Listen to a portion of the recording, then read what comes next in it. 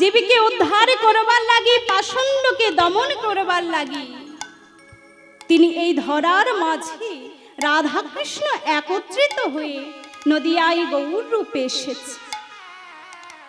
আচ্ছা, মনের মধ্যে প্রশ্ন জাগে না যে রাধা কৃষ্ণের দুটি দেহ কি করে এক হয়ে গেল? এখন আমি যদি আপনাকে জড়িয়ে ধরি, তাহলে আপনার দেহ আমার দেহ কি এক হবে? হবে না। তাহলে রাধা কৃষ্ণের দুটি দেহ কি করে এক হয়ে গেল? রাধারানীর সৃষ্টি কোথা হতে? রাধারানী কিন্তু কোনো মায়ের গর্ভ থেকে জন্ম হয়নি। তাহলে রাধারানীর সৃষ্টি কোথা হতে? গোবিন্দের বাম অঙ্গ থেকে। বাম অঙ্গের আহ্লাদিনী শক্তি হচ্ছে শ্রীমতী রাধা ঠাকুরানী। তাহলে যে রাধারানী গোবিন্দের বাম অঙ্গ থেকে সৃষ্টি, সেই রাধারানী কি করে আয়ানের ঘরণী হয়ে গেল? তার কারণ কি? না সত্য যুগের কথা। সতপা মুনি বলে একজন মুনি ছিল বাবা। সে কি করলো? সাধনায় বসলো। সাধনাটা কিসের জন্য? না নারায়ণের বামী যে লক্ষ্মী, তাকে পেতে চায় তার পত্নী হিসাবে লাভ করতে। আমরা ভগবানকে কি বলে ডাকি গো? বাঞ্ছা কল্পতরুভস্য। অর্থাৎ যে ভক্তের মনোবাসনা পূর্ণ করে সেই কল্পতরু। ভগবান যদি বলতেন আমি দিতে পারবো না, সেদিন কিন্তু সতপা মুনি বলতেন যে তুমি কিসের ভগবান যে ভক্তের মনোবাসনা পূর্ণ করতে পারো না? তাই ভক্তের মনোবাসনা পূর্ণ করবার লাগে বলে উঠলেন তথাস্তু। তবে এ যুগে তো সম্ভব নয়। আগত দাপর যুগে তোমার মনোবাসনা পূর্ণ হবে। যেই না এই আশীর্বাদ করেছে, বৈকুণ্ঠের লক্ষ্মী শুনতে পেয়ে ছুটতে ছুটতে চলে যাচ্ছে সুতপা মুনির কাছে। ছি ছি সুতপা, তুমি এবারে চাইতে পারলে সুতপা? তুমি তো জানো, তুমি জানো আমি আমার প্রাণনাথকে ভালোবাসি। তুমি যখন জেনে শুনে ভুল করলে, আমি তোমায় অভিশাপ দিলাম, তুমি হবে নপুংসক। তুমি কোনোদিনে পিতা হতে পারবে না। তখন সতপা মুনি বলে উঠলেন, আমি যদি নপুংস হই, আমি যদি পিতা হতে না পারি, তাহলে তুমি তোমার ভালোবাসা কাকে দান করবে? আমি আমার ভালোবাসা কাকে দান করব জানো? আমি আমার ভালোবাসা শুধু একজনকেই দান করব, সে হচ্ছে আমার প্রাণনাথ। তুমি তো জানো সুতপা, যে ঘরে বাস করি আমি শাশুড়ির ননদের স্বামীর জ্বালা, আমি মনে চাইলেও আমি আমার বধূর কাছে যেতে পারি না। সুতপা জানো সুতপা, আমি আমার বধূকে দিনে দুবারে দেখতে পাই। একবারে গোষ্ঠে যাবার সময়, আর একবারে গোষ্ঠে ফেরার সময়। সুতপা তুমি তো জানো আমি শাশুড়ির ননদের স্বামীর জ্বালা সেই ঘরে বাস করি। আমার মনে চাইলেই আমি আমার বধূকে দেখতে পাই না।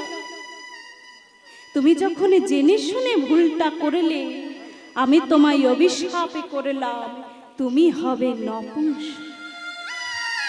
তখন সুতপা মুনি বলে উঠলেন, আমি যদি নপুংস হই, আমি যদি পিতা হতে না পারি, তাহলে তুমি যদি তোমার ভালোবাসা প্রাণনাথকে দান করে থাকো, আমিও তোমায় অভিশাপ করলাম, তোমায় কোনোদিন কেউ মা বলে ডাকবে। কেউ কোনোদিন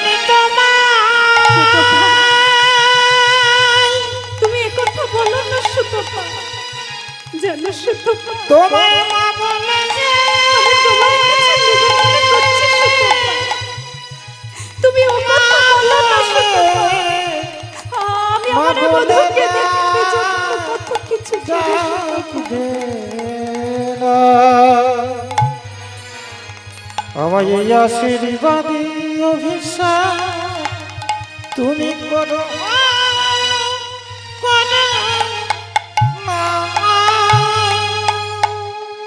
তাই লক্ষ্য করে দেখবেন সত্য তেতা দাপর কলি। সত্য যুগে নারায়ণের বামে যে লক্ষ্মী, তাকে আমরা মা লক্ষ্মী বলে ডাকি। ত্রেতা যুগে রামচন্দ্রের বামে যে মা সীতা বা মা জানকী, তাকেও আমরা মা বলে ডাকি। গৌরাঙ্গের বামে যে বিষ্ণুপ্রিয়া বা গৌরপ্রিয়া, তাকেও আমরা মা বলে ডাকি। কিন্তু কোন শাস্ত্রে নেই দাপরে কৃষ্ণের বামে রাধারানী, তাকে কি কেউ মা বলে ডাকি গো? ডাকি না। কি বলে ডাকি? শ্রীমতী রাধা ঠাকুরানী। তাই রাধারানী কোনো মায়ের গর্ভ থেকে জন্ম হয়নি, রাধারানীর সৃষ্টি হচ্ছে গোবিন্দের বাম অঙ্গ থেকে। তাই তো আজ আমার গৌর হরি রাধাকৃষ্ণ একত্রিত হয়ে নদিয়াই গৌর রূপে এসেছে। কেমন ভাবে? তোমরা নাও রেখে শরীর প্রেম নিতায়ে ডাকিয়া, তুমি দালাও দেখে শরীর প্রেমে নিতাই ডাকে না। নাও রেখে শরীর প্রেম নিতায়ে ডাকিয়া, তোমরা নাও রে কিশোরীর প্রেম নিতাই ডাকে। এখানে যে গৌর এসেছে মনে হচ্ছে কি গো? মনে হচ্ছে এটা হরিবাসর মনে হচ্ছে? আমার তো মনে হচ্ছে না। বলছে যেখানে হয় হরিনাম সংকীর্তন সেটাই মধুরসে বৃন্দাবন। তাহলে এটা বৃন্দাবনে পরিণত হয়েছে? হ্যাঁ, হাত কোথায়? নাকি কালকে হাত তুলে আজ হাতে ব্যথা হয়ে গেছে? ওই তাই হবে। আর একটা ব্যাপার আছে, এই কালকে হাত তুলছিল না, বাবারা দেখতে পেয়ে বলেছে যে একদম হাত তুলবে না, পিঠে হাত খোড়া করে দেব। কি গো বলেছে? বাবারা বারণ করেছে হাত তুলতে? বারণ করেনি, তাহলে তুলছো না কেন? হাত কোথায় দেখি? যাদের হাত আছে তারা তুলবে, যাদের হাত নেই তাদের তোলার প্রয়োজন নেই। দেখি কাদের হাত আছে। ওই পরপর উঠছে। এদিকে বাবারা মনে মনে ভাবছে, মায়েদেরকে বলছে বলো, আমাদেরকে তার বলে আজ কাউকে ছাড়বো না। দেখি হাত কোথায়? দেখি হাত তুলো। এদিকে দুজনে বাবা দুটি বাহু তুলে নিদাই গৌর হরি হরি বল, এরকম ভাবে হাতটা তুলে রাখবে, হাতে করতালি দিয়ে। তোমরা লাউ রে কিশোরীর প্রেমে নিতাই ডাকিয়া, তোমরা নাও রে কিশোরীর প্রেম নিতাই ডাকে। তোমরা নাও রে কিশোরীর প্রেমে নিতাই ডাকে না। নাও রে কিশোরীর প্রেম নিতাই ডাকে।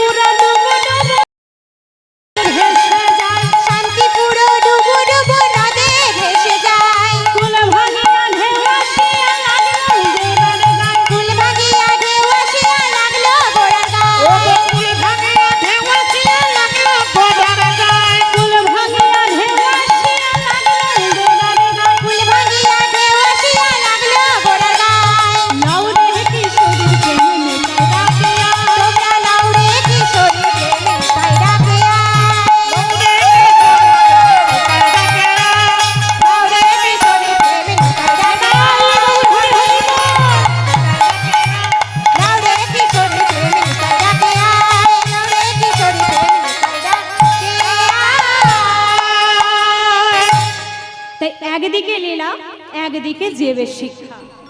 একদিকে লীলা যে রাধারানী মান করেছিলেন সেই মানির কথা, আর একদিকে লীলা ভগবান যা কিছু লীলা করেছেন সবই কিন্তু জীবের শিক্ষার কারণে। তাই আজ আমার মহাজনী কি বলছে, আজে আরে মোর আরে মোর অজিয়ারে মতো অজে মতো আজি আরে মোরো আরে মোরো আমার মনে গোদা চা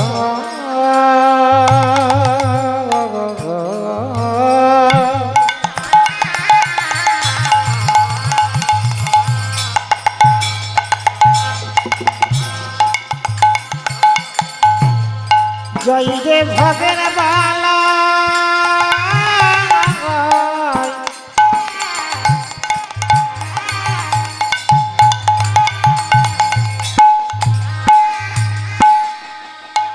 জয় রে ভগের বালা জয় জয়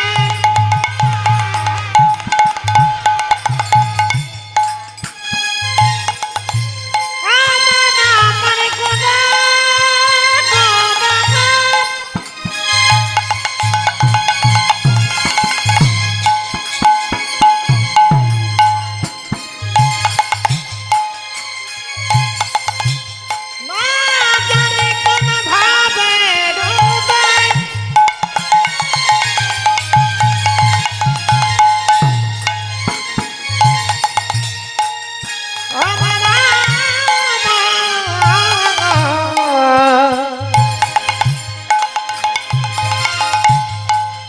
আমার আমার গোদা চাঁদের গোদা চাঁদের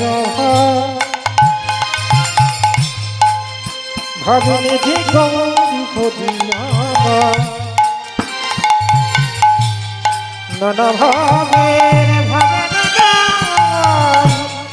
উদয়ী ও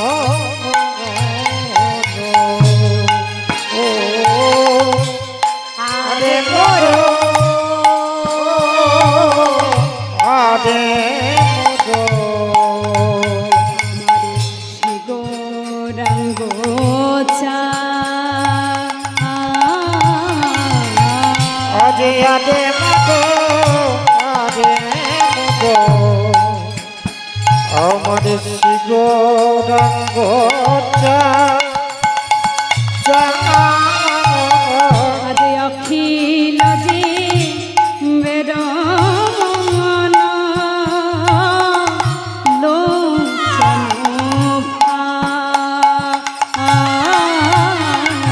আজি অখিল জি বেরো মন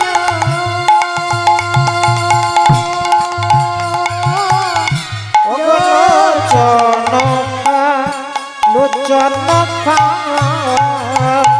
আজ ফাঁদ পেতেছে গো, ফান পেতেছে গো ফাঁদ পেতেছে গো, আজে ফান পেতেছে গো পোকা পাখি ধরবে বলে ফাঁদ পেতেছে, আজি সুখ পাখি ধরবে বলে ফান পেতেছে গো এ মন্ন পাখি ধরবে বলে ফাঁদ পেতেছে, আজি মন পাখি ধরবে বলে ফান পেতেছে গো শুক পাখি ধরবে বলে ফাঁদ পেতেছে, আজি সুখ পাখি ধরবে বলে ফান পেতেছে গো মন্ন পাখি ধরবে বলে ফাঁদ পেতেছে, আজি মন পাখি ধরবে বলে ভাবিনি রে গৌরী আমার মন পাখি ধরবে বলে মন পাখি ধরবে বলে পাখি ধরবে বলে ভাবনি দি গৌর আমার পাখি ধরবে বলে ভাবনি দি গৌর আমার পাখি ধরবে বলে ফান পেতেছে গো আজি অখিল জি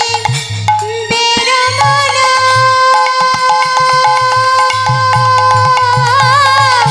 লোচন ফান আজ ফাঁদ পেতেছে না কোন ফাঁদ দিয়া হাস্য সুদাচার অঙ্গচ্ছটা আঠা তার, আখি পাখি তাহাতে পড়িল। মনমৃগ হেন কালে আসিয়া সেইখানে মেলে, শূন্য দেহ পিঞ্জিরায় রহিল এক কোঠায়। আজ আমার গৌর হরি ভাবের আবেশে তিনি আজ দাঁড়িয়ে আছে। শুধু আমি আপনি কেন, কলিযুগে হিন্দুরা যে ভগবানের নামে করে তা নয়, কত কত মুসলমানের ভক্ত, যেমন কাজী নজরুল ইসলাম, চাঁদ কাজী সাহেব, আব্দুল করিম, নাসির মাহমুদ, করিম আকবর, তারা কিন্তু সবাই আমাদের গৌরীকে ভালোবাসে। আমাদের গৌরীর নিয়ে কত তারা গান লিখেছে, কত কত কথা তারা বলেছে। আমাদের কাজী নজরুল ইসলাম তিনি আমাদের গৌরীর নিয়ে অনেক কথা লিখেছে, অনেক গান গেয়েছে। তার গান একটু ছোট্ট করে গাইব। কাজী নজরুল ইসলামের রচিত একটা গান। কাজী নজরুল ইসলাম বলেছে যে তোমরা কি কেউ কোনোদিন দেখেছো? কি বলছে? পথে কি দেখলে যেতে আমারি গৌরে ভগবানে, পথে কি দেখলে যেতে আমার গো ভগবানে, পথে কি দেখলে যেতে আমার গৌরে ভগবানে, পথে কি দেখলে যেতে আমার গৌর ভগবানে, যারে কোলে দেয় না যাওয়া কোলে দেয় সে দেখে তারে, জরে কোলে না যাওয়া কোল দেশে দেখে তারে, যারে কোলে দেয় না যাওয়া কোলে দেয় সে ডেকে তারে। অর্থাৎ আমরা যাকে ঘৃণা করি, রাস্তার মধ্যে যদি একটা ভিখারিকে দেখি সেখান থেকে আমরা চলে যাই, গৌর হরি তাদেরকে ডেকে কোলে দিচ্ছে। তাই কি বলছি? যারে কোলে দেয় না যাওয়া কোলে দেয় সে ডেকে তারে, যারে কুল দেয় না যাওয়া কুল দেয় সে দেখে তারে, যারে কোলে দেয় না যাওয়া কোলে দেয় সে ডেকে তারে, যারে কুল দেয় না যাওয়া কুল দেয় সে দেখে তারে, পথে কি দেখলে যেতে আমার গৌর ভগবানে, পথে কি দেখলে যেতে আমার গৌর ভগবানে, পথে কি দেখলে যেতে আমার গো ভগবানে, পথে কি দেখলে যেতে আমার গৌর ভগবানে।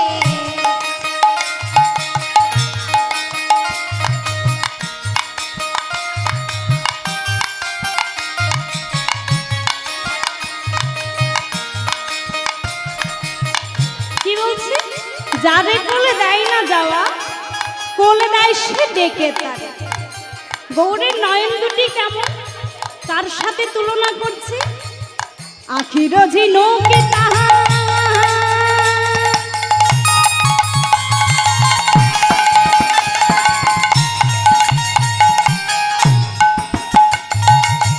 আখির ঝিনুকে তাহার আবিরানে মুক্তা ঝরে, আখির ঝিনুকে তার,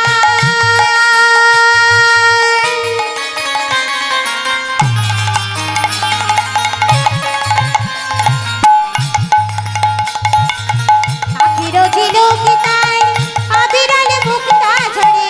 কি বলছে? আখির ঝিনুকে তার অবিরল মুক্তা ঝরে। কি গো, ঝিনুক দেখেছেন তো? ও মাইনা, ঝিনুক দেখেছেন? হ্যাঁ দেখেছেন? ঝিনুকের ভেতরে কি থাকে? হ্যাঁ?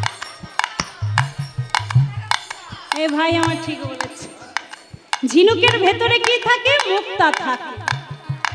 গৌরের নয়ন দুটি কার সাথে তুলনা করছে? ঝিনুকের মতো। ঝিনুকের মতো তার নয়ন দুটি।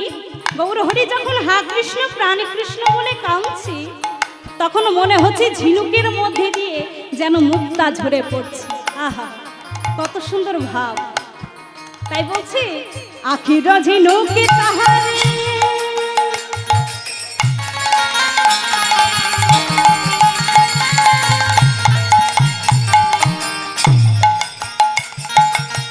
আখির ঝিনুকে তাহারে আবিরালে মুক্তা ঝরে, আখির ঝিনুকে তার আবিরালে মুক্তা ঝরে। কেঁদে কেঁদে কৃষ্ণ নাম ভিক্ষা মাগে দারে দারে, কেঁদে কেঁদে কৃষ্ণ নামে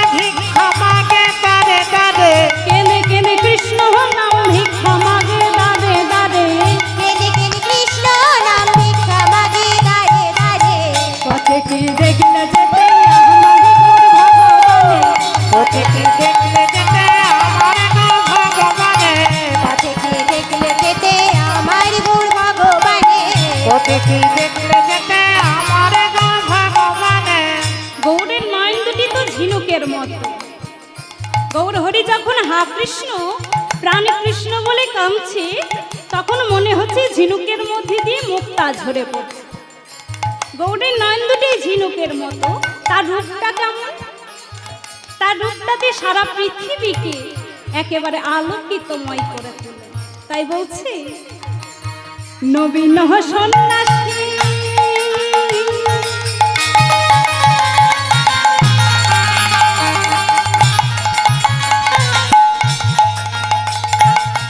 নবীন সন্ন্যাসী রূপে ভুবন আলো করে। নবীন সন্ন্যাসী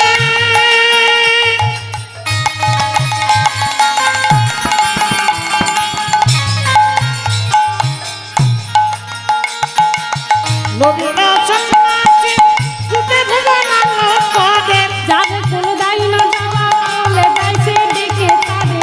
যারে কুল দেয় না যাওয়া কুল দেয় সে ডেকে তারে। যার কুল দাই না যাওয়া কুলে দেয় সে ডেকে তারে। যারে কুলে দেয় না যাওয়া কুলে দেয় সে ডেকে তারে।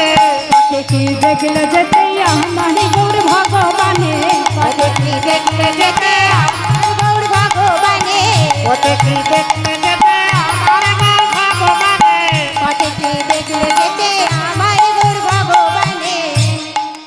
কাজী নজরুল ইসলাম তার বাড়ি হচ্ছে বর্ধমান জেলায় জামুরিয়া অন্তর্গত চুরুলিয়া গ্রাম। তার কত কত গান, তিনি কত আমাদের গৌরী নিয়ে গান লিখেছে। কিন্তু আমরা কলিযুগে মানুষ হয়ে ঘরের ভগবানকেই আমরা চিনতে পারলাম। রামভক্ত তুলসীদাস বলেছেন, হে কলির জীব तुम कहां से आया हो और तुम जाओगी कहां, इतना दिन विचार वेश हो गया भेजा। তুমি কোথা হতে এসেছো, আবার যে সেখানে ফিরে যেতে হবে সেটা একবারও ভাবেনি। আর তাছাড়া ভাববো কি করে, মায়া যে আমাদেরকে এমন ভাবে গ্রাস করে রেখেছে, আমাদের যে কৃষ্ণ ভজনের উপযুক্ত মানবে জনম, সেটা আমরা ভুলে গিয়ে প্রভুর দাস না হয়ে মায়ার দাস হয়ে পড়েছি। কথাতে বলেছে কৃষ্ণ ভজিবার তরে সংসারে আইনু, মিছি মায়ায় বদ্ধ হয়ে বৃক্ষ সম হই। ফলরূপী পুত্র কন্যা ডাল ভাঙে পড়ে, কাল রূপে সংসারেতে পক্ষী বাসা করে। কি আমাদের করণীয় বা আমরা কি বা করতে চলেছি সেটা যদি জানতে হয়, আমাদের আসল পরিচয় কি, তাহলে একজনই জানাবেন। এই সংসার আপনাকে বলবে না যে এই পথে গেলে আপনার সঠিক পথ। আবার দেখা যাবে কি, আপনি যদি ভাগবত চরণে দুপা এগিয়ে যান, তাহলে আপনাকে জোর করে টেনে নিয়ে আসবে এই সংসার। राम भक्त तुलसीदास एও বলেছেন, सच कहे तुम मेरे लट्ठा झूठ जगत भुलाए, गौराशे गेली गेली फिरे सुराव बैठा बिचाई। आस्ते सामने बसेছিস, आस्ते কথা বল। সামনে কারা বসে? স্কুলের সামনে কারা বসে? ফার্স্ট বয় বা ফার্স্ট গার্ল। তাহলে সামনে বসে গল্প করছিস? তোরাই তো বারণ করবি সামনে বসে, যে পেছনে যারা গল্প করছে তাদেরকে বারণ করবি। তোদের একটা আমি কাজ দিলাম, যারা গল্প করবে তাদেরকে বারণ করবি। তাই রাম ভক্ত তুলসীদাস বলেছেন, সচ কাহে তুম মেরে লट्ठा झूठ जगत भुलाए, गौराशे गेली गेली फिरे सुरा बैठा बिचाई। गाभी को दोए को ताक पाले बाछुरी रहे तो भोगा, समंद को अच्छा खिलाई लेकिन तेरा बाप रहे तो भोगा। चोरी के छाड़ी साधु के बाधी, पोतीत लगा और फांसी, हाय रे कलिग तेरी तमाशा, दुख लगी और हंसी। अर्थात सच कहे तो मेरे लट्ठा। सच माने की गो? सच माने की मिथ्या कथा। सच माने मिथ्या कथा। কি গো মা, সাচ মানে কি মিথ্যা কথা না সত্য কথা? হ্যাঁ, সাচ কাহে তুম মেরে লट्ठा। এই কলিযুগে কেউ যদি সত্য কথা বলে, সত্য পথে চলে, তাকে কিন্তু পদে পদে আঘাত পেতে হয়। বর্তমান যুগে সম্মানীয় ব্যক্তি যারা, তারা সম্মান পায় না। আবার যদি চোখের সামনে একটা মস্ত বড় ভুল করতে দেখে, তাহলে সেখান থেকে পালিয়ে যাবে না। কেন? প্রতিবাদ করলেই প্রাণ যেতে পারে। আর কি বলছে? ঝুটের জগৎ ভোলায়। ঝুট মানে মিথ্যা কথা। এই কলিযুগে মিথ্যা কথাতেই ছেয়ে আছে যত অনাচার, যত পাপিচার, যত দুরাচার। আর কি বলছে? গাভী কো দয়ে কোতা, কপালে বাছুরি রয় তো ভোগ। কি বলছে? আমরা যে কলিযুগের মানুষ, দেখবেন যারা জাতিতে গোয়ালা হয়, আমরাই জাতিতে গোয়ালা মা, তো গোয়ালারা কি করে? দুধের বাগ নিয়ে এগলি সেগুলি বাড়িতে বাড়িতে দুধ বিক্রয় করে। কিন্তু যে মদ বিক্রি করে, তাকে কি আর পাড়ায় পাড়ায় ঘুরতে হয়? হয় না। সে যদি 50 কিলোমিটার দূরে থাকে, সেখানে গিয়ে লোকের ভিড়ে জমবে। হ্যাঁ, ভ্রমরের মতো, ভ্রমরের মতো গুনগুন করে, মাছির মতো গুনগুন করবে। আমরা গোয়ালারা দুধ নিয়ে পাড়ায় পাড়া দুধ বিক্রয় করি, কিন্তু যে মদ বিক্রি করে, তাকে পাড়ায় পাড়ায় ঘুরতে হয় না। সে যদি 50 কিলোমিটার দূরে থাকে, সেখানে গিয়ে লোকের ভিড়ে জমবে। এটাই তো হচ্ছে কলিহত জীবের দশা। আর কি বলছে? গাভী কো দয়ে কোতা, কপালে বাছুরি রয় তো ভোগা। আমরা ঘরের মধ্যে গাভীর দুধটাকে দহন করে বিদেশি কুকুর পুষি। বিদেশি কুকুর পুষে দেখা গেল কি, যে মায়ের 3টে সন্তান, যে মায়ের 4টা সন্তান, সে মায়ের খোরাকও পর্যন্ত জোটাতে পারে না। এটাই তো হচ্ছে কলিহত জীবের দশা।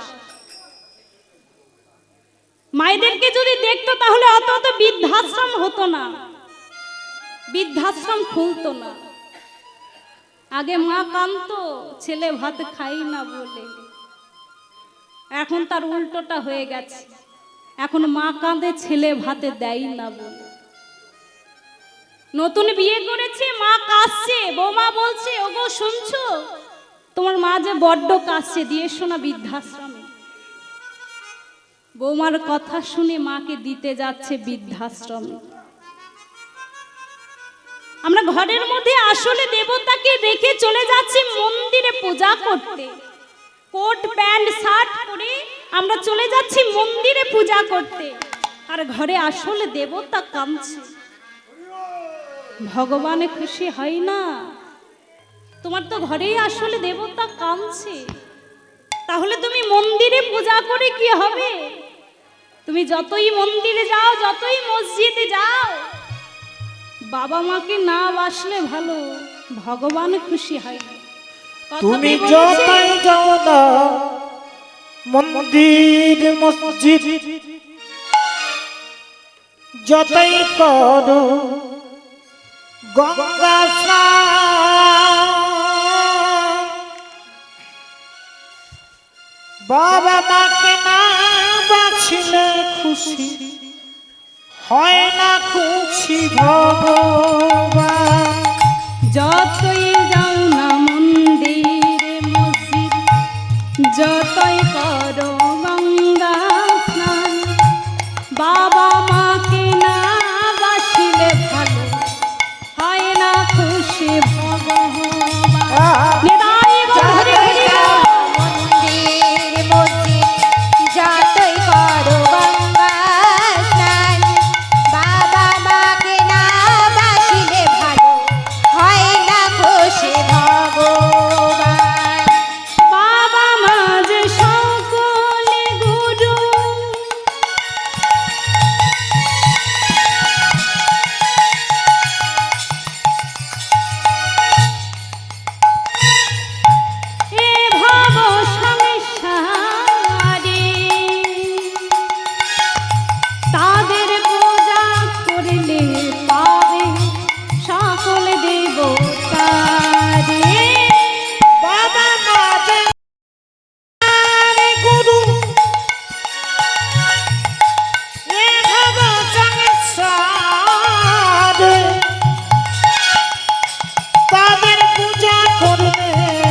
পাবে সকল দেবতারে।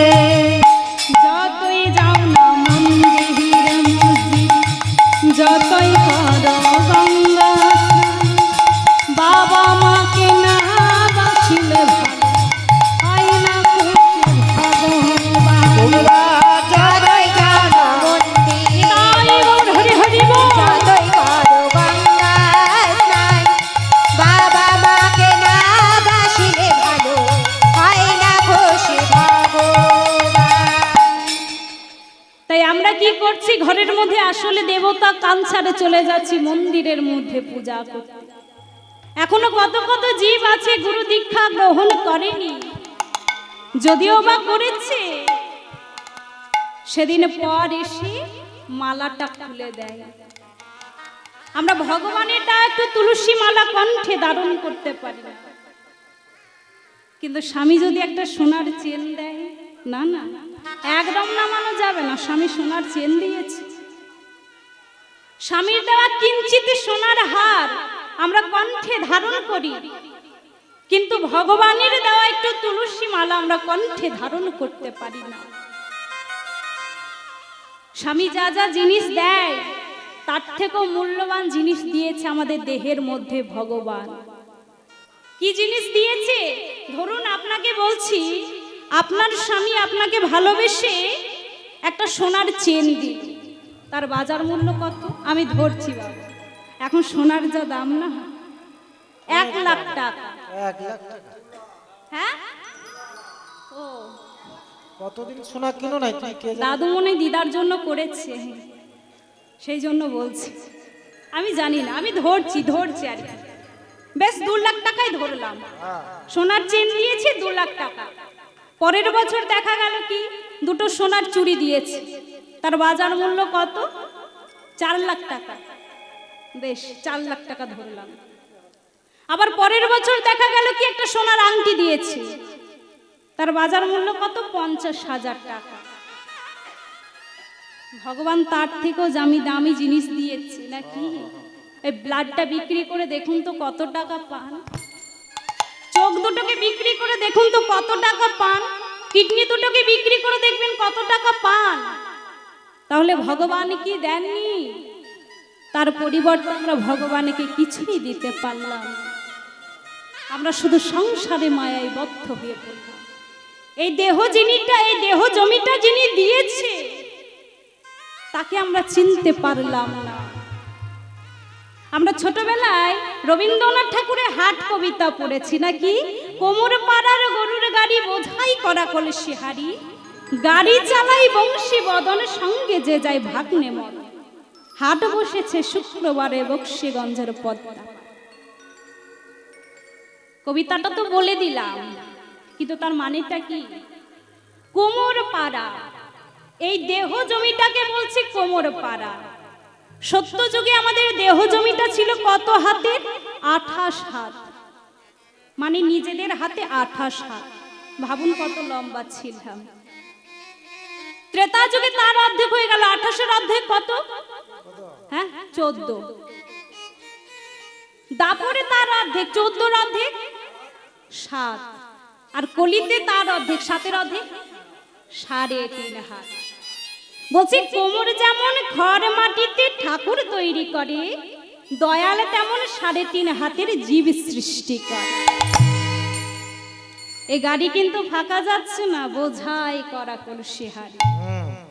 গাড়ির মধ্যে আছে কাম, ক্রোধ, লোভ, মোহ, মদ, মাৎসর্য, ইচ্ছা অনিচ্ছা, চাওয়া পাওয়া, রাজনীতি, যুদ্ধনীতি গাড়ির মধ্যে আছে। বলছে গাড়ি চালাই বংশী বদনের সঙ্গে যে যায় ভাগ্নে মদ। গাড়িটা চালাচ্ছে কে? মহাভারতে গীতার যে প্রথম পাতা, রথের মধ্যে আগে কে আছে? ভগবান শ্রীকৃষ্ণ, আর পেছনে অর্জুন। ভগবান শ্রীকৃষ্ণ কোনোদিন লক্ষ্যভ্রষ্ট হননি না, কেন? ওই যে অর্জুন চালিয়ে দিয়েছিল। গাড়ি চালায় বংশী বদন সঙ্গে যে যায় ভাগ্নে মদন, দিয়েছে মদনকে চাপিয়ে।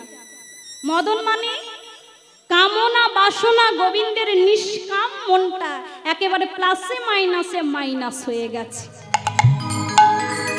এবার কি বলছে, হাট বসেছে শুক্রবারে। কেন সোমবার গেল, মঙ্গলবার গেল, বুধবার গেল, শুক্রবারটা কেন হলো? বৃহস্পতিবার গেল, শুক্রবারই কেন হলো?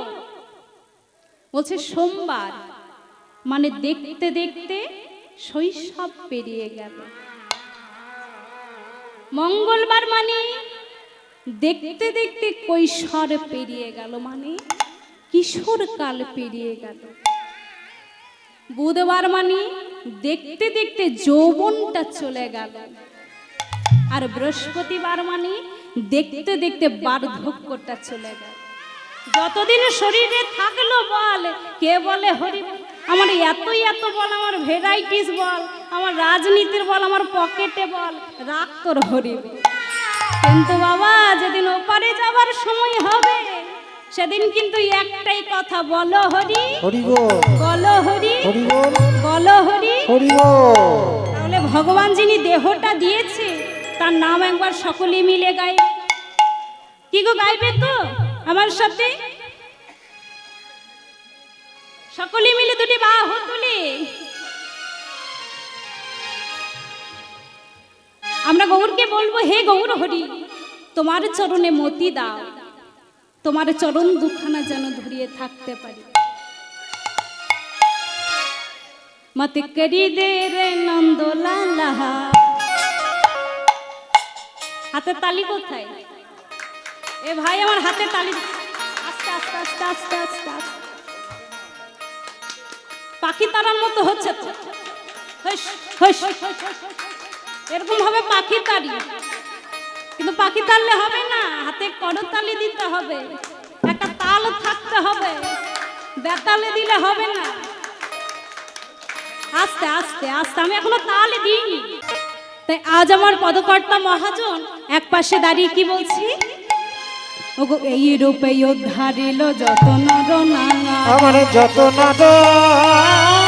নারী রাধা মোহনে কহে কিছু না হলো আমার। ওগো এ রাধা মোহনে কহে কিছু না হলো গো, না হলো গো, না হলো আমারি। আরে রাধা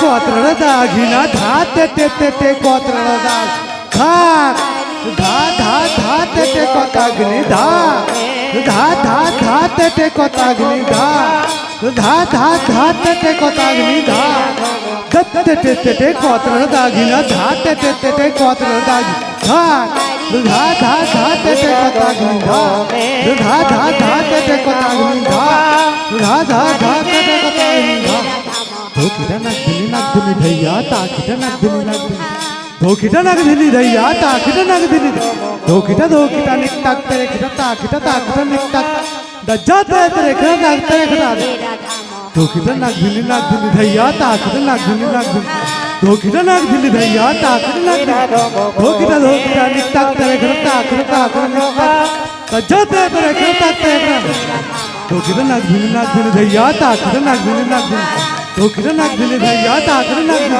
धोखीटा धोखीटा निकटाक तेरे खीटा निकटाक दज्जा तेरे खीटा तेरे धोखीटा नागदिनी धैया ताखीटा नागदिनी धोखीटा नागदिनी धैया ताखीटा नागदिनी धोखीटा धोखीटा निकटाक तेरे खीटा निकटाक दज्जा तेरे खीटा तेरे